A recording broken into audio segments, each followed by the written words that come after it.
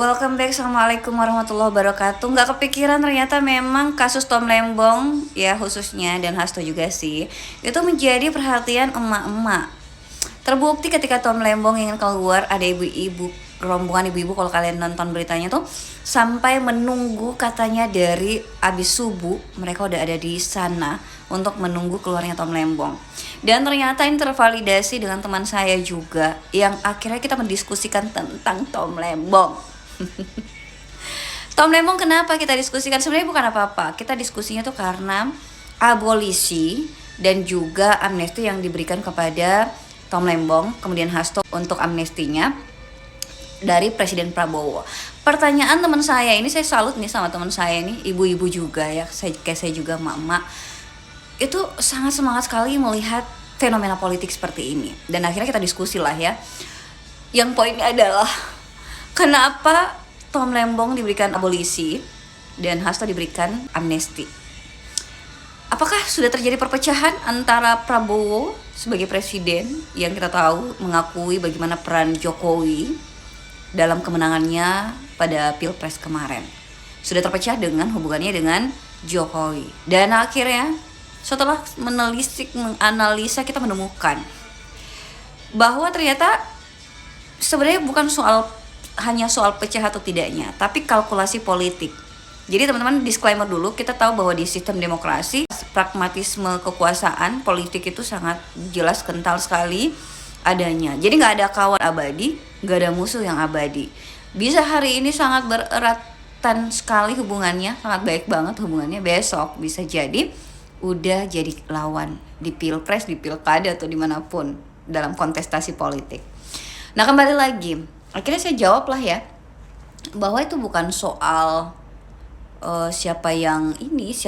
apakah hubungan kedua ini, tapi hanya soal politik yoyo, tarik ulur aja gitu.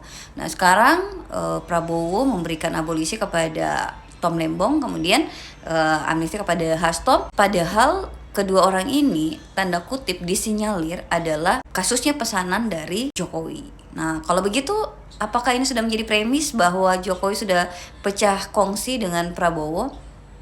Ya menurut saya tidak. Karena kembali lagi bahwa pragmatisme dalam politik demokrasi itu ya sangat biasa, hal biasa sekali. Politik Machiavellia itu sesuatu yang bisa kita lihat dan terpampang di depan mata.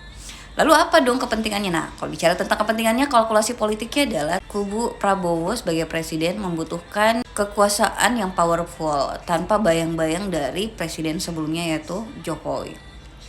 Dan akhirnya kita lihat ketika bayang-bayang itu ingin dilepas, berarti kan setidaknya pelan-pelan harus melepas basis massa dan artian pendukung fanatik dari Jokowi. Lalu kemana dong kalkulasi politiknya kalau bukan dari dukungan mereka? Kemana Prabowo mendapatkan dukungan lainnya? Ada dua.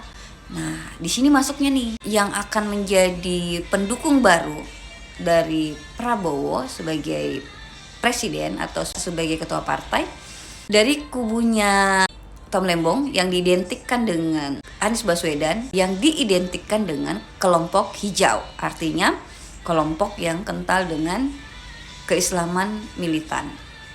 Sementara kelompok nasionalisme ada di kubu merah, kubunya Hasto. Dan akhirnya dua kelompok ini kalau bergabung dan mendukung pemerintahan, tentunya secara kalkulasi politik akan semakin menguatkan posisi Prabowo, dan bayang-bayang Jokowi itu bisa dengan perlahan-lahan ditinggalkan. Ada yang menyebutkan ya tinggal menunggu waktu saja, bayang-bayang ini akan dihilangkan, ditarik satu-satu kekuasaannya. Tapi kalau saya melihatnya ya, ini politik yoyo, saya setuju dengan istilah itu karena tarik ulur saja. Tinggal bagaimana memainkan bidaknya supaya kepentingan, kemulusan dalam menjalankan kekuasaan itu tetap berjalan secara lancar begitu. Jadi kenapa sampai abolisi ya, karena untuk menarik simpati atau dukungan dari kelompok hijau tanda kutip, dan kenapa harus memberikan amnesti kepada Hasto ya, untuk menarik simpati dari kelompok merah, nasionalisme. Itu dia. Dan kembali lagi kita hanya melihat dinamika politik dalam sistem demokrasi, di mana penuh sekali dengan intrik-intrik dan juga gimmick-gimmick dan juga pragmatisme. Mungkin ada